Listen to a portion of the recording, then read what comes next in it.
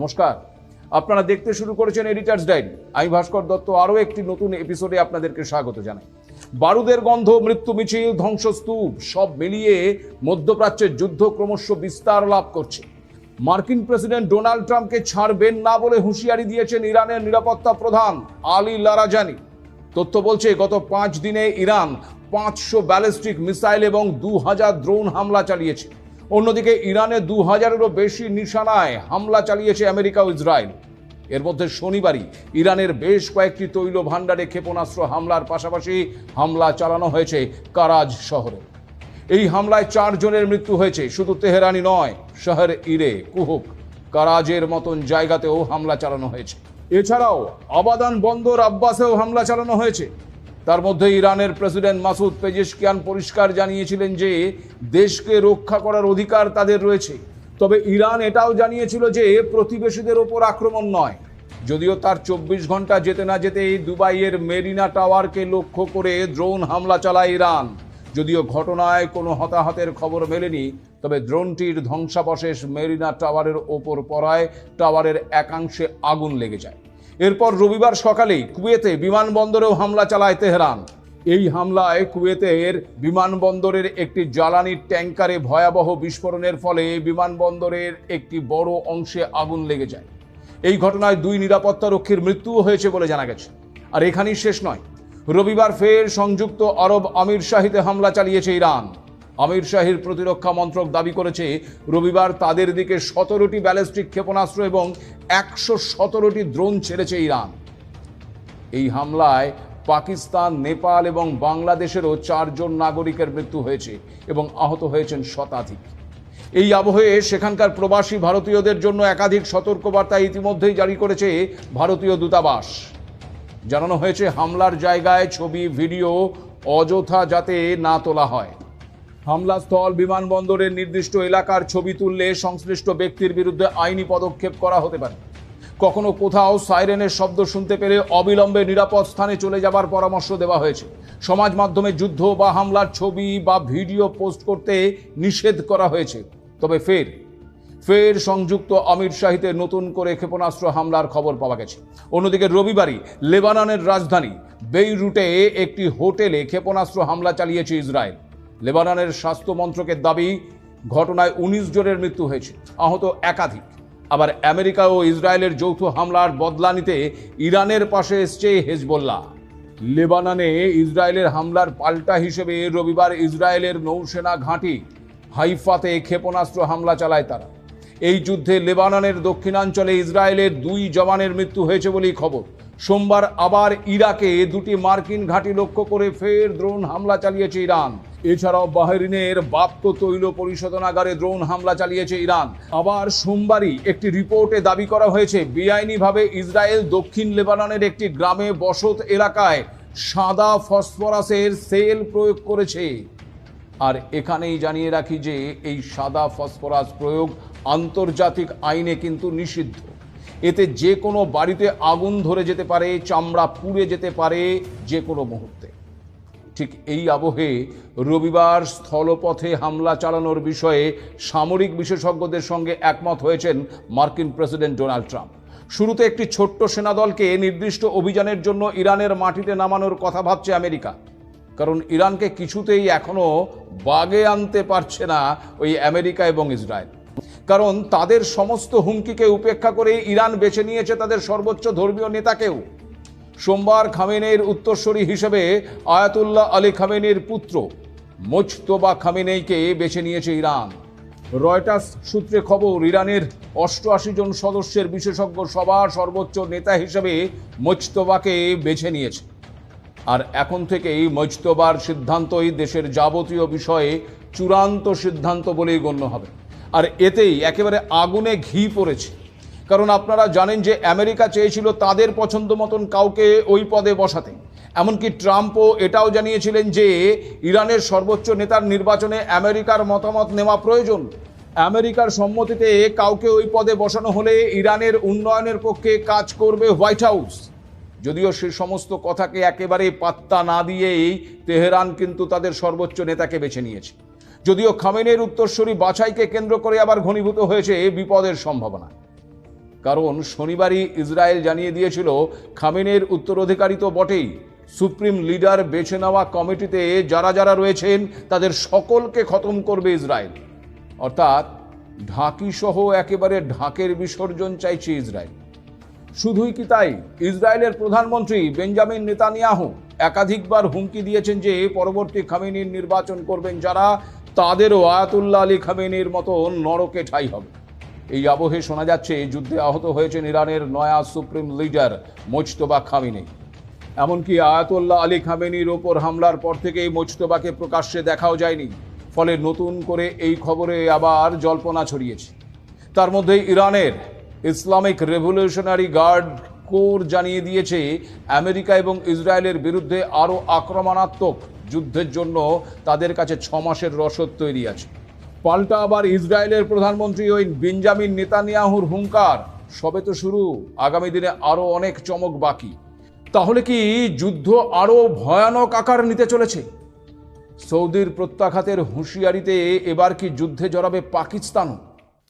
ইরানের নতুন উত্তরসূরি নিয়ে ঘনাচ্ছে নানান জল্পনা। যদিও ইরানের সংবাদ মাধ্যম মোজতবা খামেনিকে জানবাজ, অর্থাৎ যিনি নিজের জীবন বাজি রাখেন, এই নামেই সম্বোধন করেছে। আবার উল্টো দিকে মার্কিন প্রেসিডেন্ট ডোনাল্ড ট্রাম্প একেবারে প্রকাশ্যেই খামেনির ছেলে মোজতবা খামেনির নেতৃত্বের সম্ভাবনাকে তীব্রভাবে সমালোচনা করেছেন। তাকে লাইট ওয়েট নেতা বলে মনে করছেন বলে জানিয়েছেন তিনি। তার কথায় ওরা সময় নষ্ট করছে, খামেনির ছেলে একজন লাইট ওয়েট। তিনি আরও বলেছেন, ইরানে এমন একজন নেতার প্রয়োজন যিনি দেশটিতে স্থিতি ও শান্তি ফিরিয়ে আনতে পারবেন। এখানে আপনাদেরকে একটু জানিয়ে রাখি যে ইরানের নয়া লিডার সম্পর্কে 2019 সাল থেকেই মোজতবা খামেনির ওপর রয়েছে মার্কিন নিষেধাজ্ঞা। এই নিষেধাজ্ঞার ফলে যুক্তরাষ্ট্রে থাকা তার সকল সম্পদ বাজেয়াপ্ত করা হয়েছে।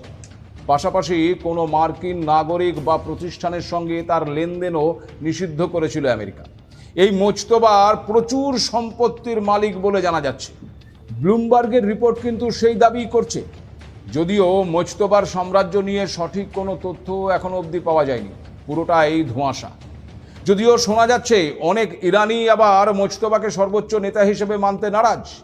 নাম ঘোষণা হওয়ার পর থেকেই নাকি সেখানে শুরু হয়ে গেছে বিক্ষোভ।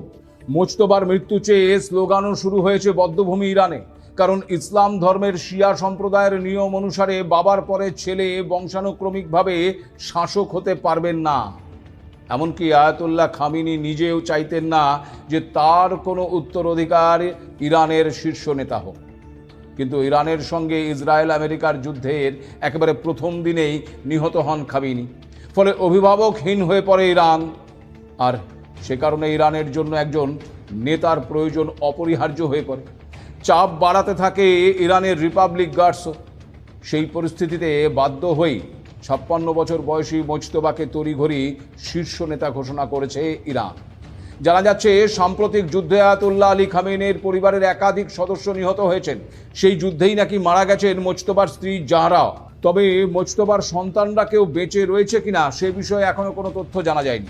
উল্লেখযোগ্য বিষয় হলো, ইরানের প্রচলিত উচ্চপদস্থ ধর্মীয় পণ্ডিতদের মতো মোজতবার বড় কোনো পাণ্ডিত্য কিন্তু নেই। এমনকি তিনি কোনো নির্বাচনে লড়েননি বা সরকারের কোনো আনুষ্ঠানিক পদেও ছিলেন না।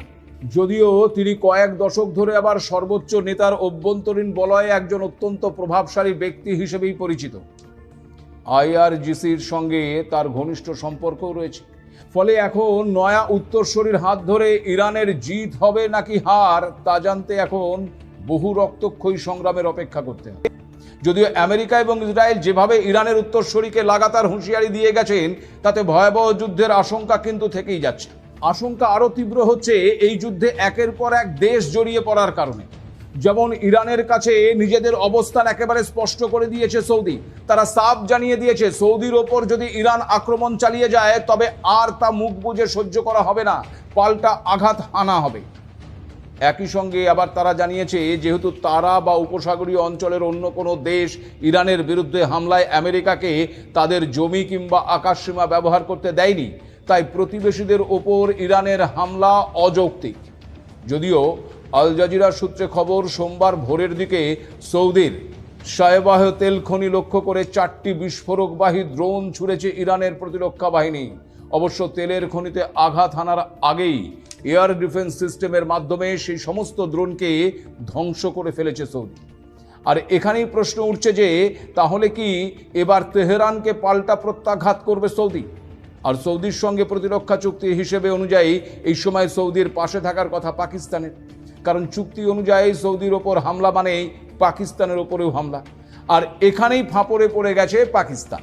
পাক সেনাপ্রধান তথা ফিল্ড মার্শাল আসিফ মুনিরের সঙ্গে দেখা করে সৌদির প্রতিরক্ষা মন্ত্রী খালিদ বিন সালমান আল সাউদ ইতিমধ্যেই সেই চুক্তির কথা স্মরণ করিয়ে দিয়েছেন।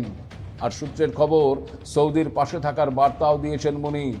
সব মিলিয়ে একদিকে আফগানিস্তানের বিরুদ্ধে যুদ্ধ, অন্যদিকে সৌদির পাশে দাঁড়িয়ে ইরানের সঙ্গে লড়াইয়ের প্রস্তুতি। এই দুয়ের ঝক্কি সামলাতে পারবে তো পাকিস্তান? দ্বিধাবিভক্ত হচ্ছে ইসলামিক কান্ট্রিগুলো। তাহলে কি ইসলামিক ন্যাটো তৈরির যে স্বপ্ন, এখন তা একেবারে বিষবাও জলে? উঠছে সে প্রশ্নটাও। আর এই অস্থির আবহে যে কোনো পরিস্থিতি মোকাবেলা তৈরি থাকতে হচ্ছে ভারতকে। এখানে আপনাদেরকে একটা তথ্য জানিয়ে রাখি যে ঠিক এই সময়ে ভারতের সঙ্গে প্রতিরক্ষা সহযোগিতায় আগ্রহ প্রকাশ করেছে পোল্যান্ড। কিন্তু কেন হঠাৎ এই আগ্রহ প্রকাশ? দেখুন, এ বিষয়ে পোল্যান্ডের অর্থনৈতিক উন্নয়ন এবং প্রযুক্তি দপ্তরের উপসচিব মিখাইল বারানোভস্কি সংবাদ মাধ্যমে জানিয়েছেন, পোল্যান্ড বিশ্বের সেরা ড্রোন উৎপাদনকারী দেশ, যে ড্রোন পর্যবেক্ষণ এবং হামলা দুই কাজের জন্যই ব্যবহার করা যেতে পারে। এমনকি তিনি এটাও জানিয়েছেন যে পোল্যান্ডের ড্রোনগুলো অপারেশন সিঁদুর চলাকালীন সন্ত্রাস পরিকাঠামো ধ্বংসে গুরুত্বপূর্ণ ভূমিকা রেখেছিল। তাই উন্নত ড্রোন প্রযুক্তির ক্ষেত্রে ভারতের যৌথ গবেষণা এবং উৎপাদনে তারা উৎসাহী। তবে শুধু অস্ত্র বা সামরিক সরঞ্জামের বাজার হিসেবেই নয়, ভারতকে কৌশলগত অংশীদার হিসেবেও দেখতে চায় পোল্যান্ড। এমনটাই কিন্তু জানিয়েছেন বারানোভস্কি। অতীতেও পোল্যান্ডকে ভারতের পাশে দাঁড়িয়ে পাকিস্তানের সন্ত্রাসবাদ ইস্যুতে একমত হতে দেখা গেছে।